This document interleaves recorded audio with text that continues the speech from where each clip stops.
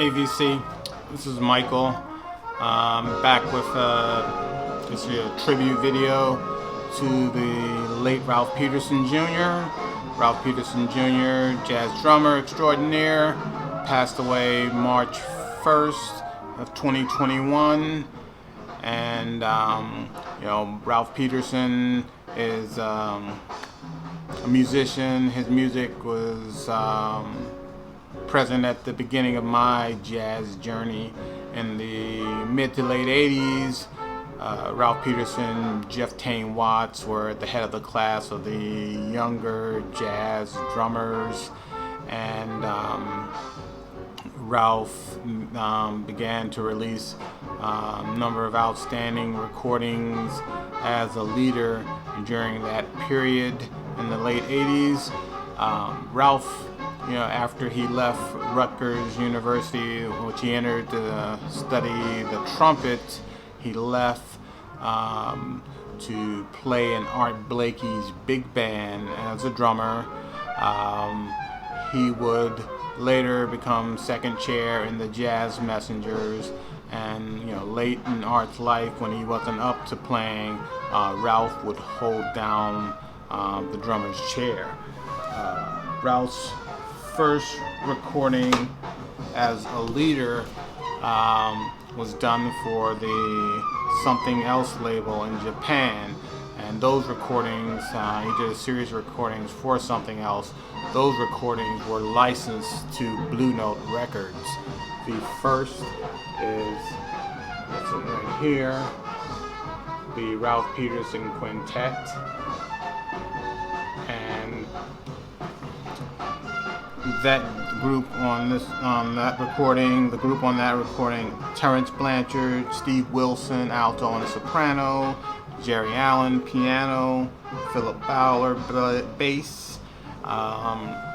This is just an excellent recording, mostly original material. The only non-original composition is the third song on the first side, which is a Donald Brown composition. Donald Brown, underrated composer, pianist, former Messenger, this is sort of symbolic of Ralph's career as a leader. He have a number of his compositions. He was an excellent writer, and he would always have compositions by other musicians, they be jazz standards or compositions by other musicians. The compositions that he would include weren't recordings that were consistently played on the bandstand. These ones that were just somewhat overdone. Ralph, he had a deep book of his own work and work of others that he included on his recordings, and that he played live. The next quintet recording was also done for the Something Else / Blue Note label, Volition. It's just that's a great photograph. One of those photographs of drummer with a cigarette in his mouth, just as Francis Wolff had done of Art Blakey a number of times. Too bad that this recording isn't available in LP form, but this is the same quintet that was on the first recording, and another outstanding recording with great, very good compositions by Ralph. Ralph would do a Art Blakey tribute recording for Something Else, Blue Note, and this quintet is different from the first two recordings in that it's Graham Haynes on cornet, Michelle Roseman on piano, Philip Bowler on bass, Also, Frank Lacey appears on trombone, and along with Craig Handy on tenor on one composition. Yeah.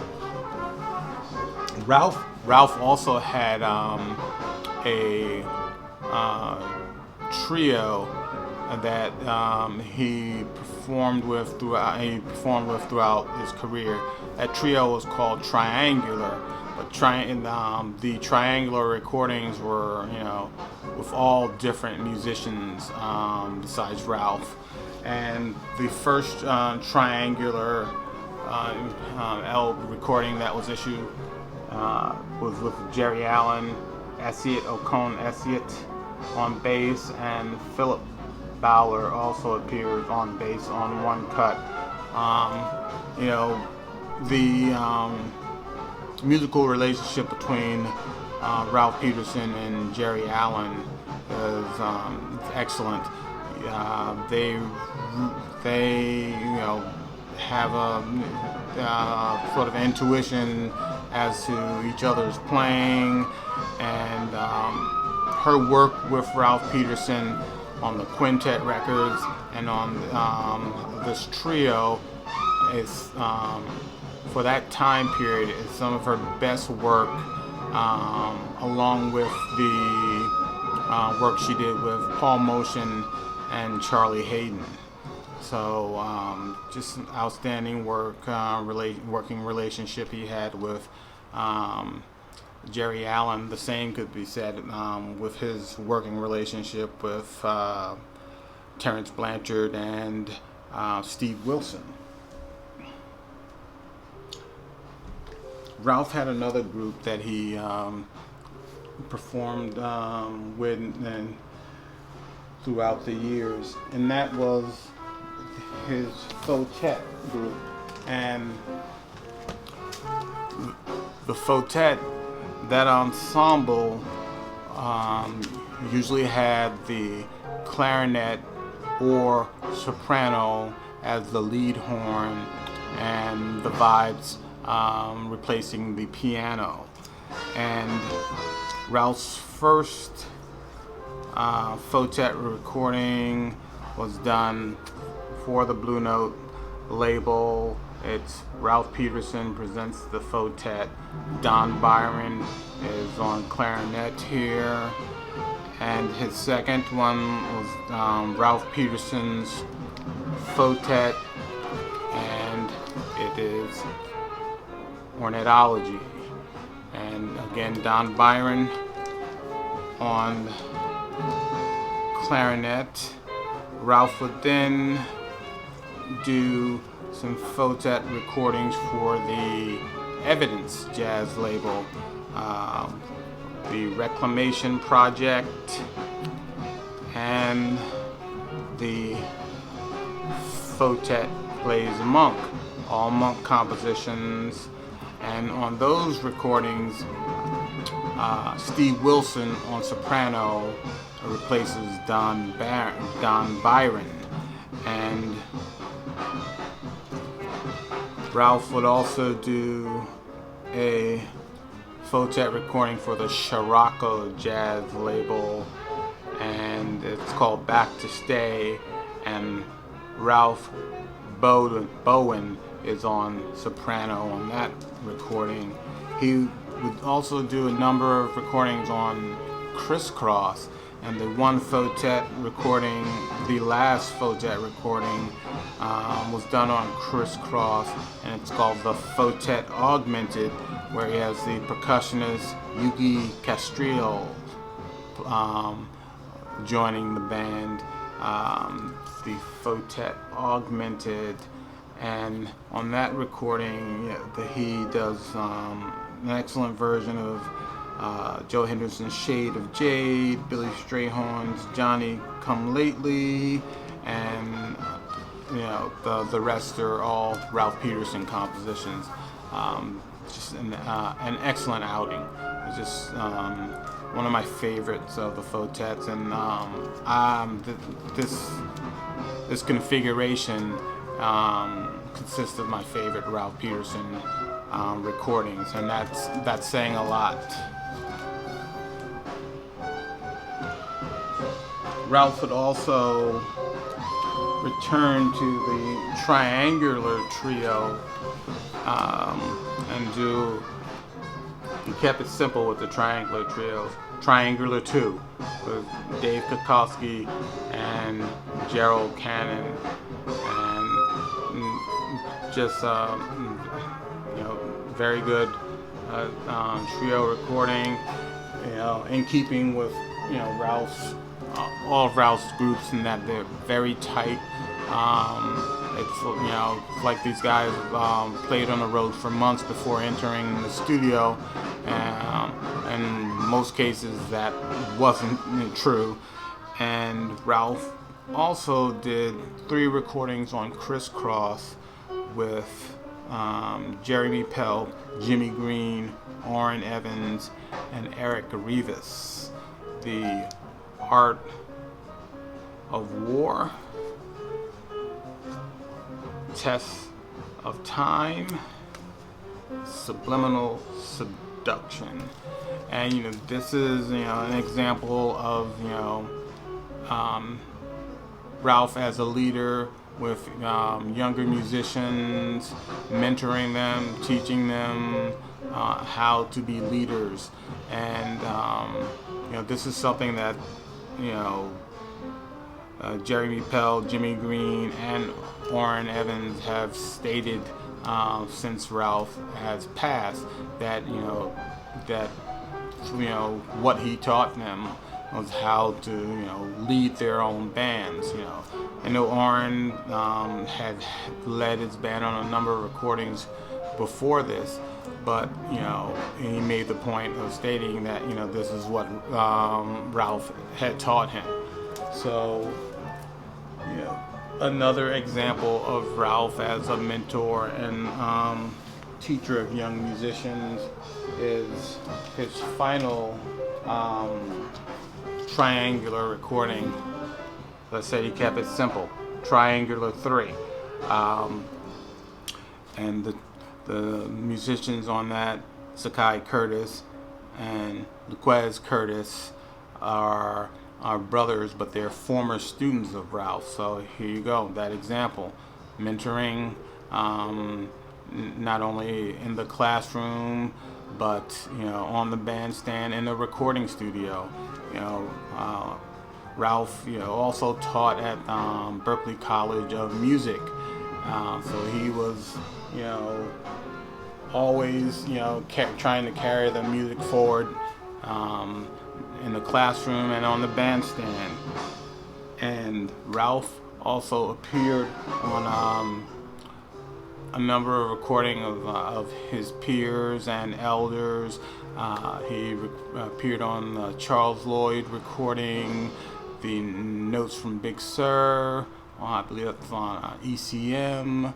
He also, one of his first dates that I can recall as a sideman was this one here with Walter Davis Jr. On Steeplechase. Excellent recording, not too hard to find. He did a number of recordings with David Murray. Here's the David Murray Quartet, I Want to Talk About You. This is a live recording. John Hicks, Ray Drummond, and recorded in Boston. Very good performance. The I Want to Talk About You is a song that Murray plays during this period. Murray played on a number of occasions, and it was a very good live performance here. And he appears on what I would say is this is my favorite David Murray recording, Lovers, on DIW Disc Union. It's got David Burrell on piano, Fred Hopkins on bass, and on this recording, Murray includes a Ralph Peterson composition watercolors. That is on the first triangular recording that Ralph did. So his peers thought highly of his compositional skills also. And Ralph appeared on Harrison Blanchard recording on Columbia, and a group of jazz messengers getting together, continuing the legacy. So, Donald Harrison, Terrence Blanchard, and Ralph, and additionally Mulgrew Miller was on this recording.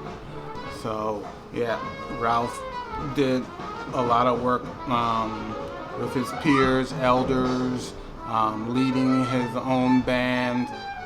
He was a guy that always had a project, whether it was his own or participating in the work of other musicians. He always had a project. One of his later recordings is actually entitled The Unity Project, and this is quintet with an organ, hence the name Unity, alluding to Larry Young, Woody Shaw.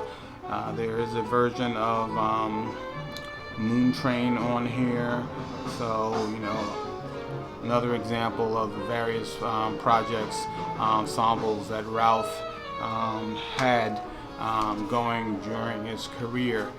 And as I stated earlier, Ralph got his start with Art Blakey and the big band and the Jazz Messengers.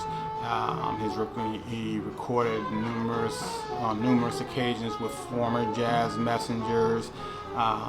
He was all about the Jazz Messenger legacy. He reformed. He put together a next generation group of musicians, where he's paying that Jazz Messenger legacy forward. And one of his last recordings from 2020 is this one here, Onward and Upward, Ralph Peterson and the Messenger Legacy. On this recording, 14 of the 17 musicians were Jazz Messenger alumni, and that being, some of the musicians: Craig Handy, Steve Davis, Billy Pierce, Essiet Essett,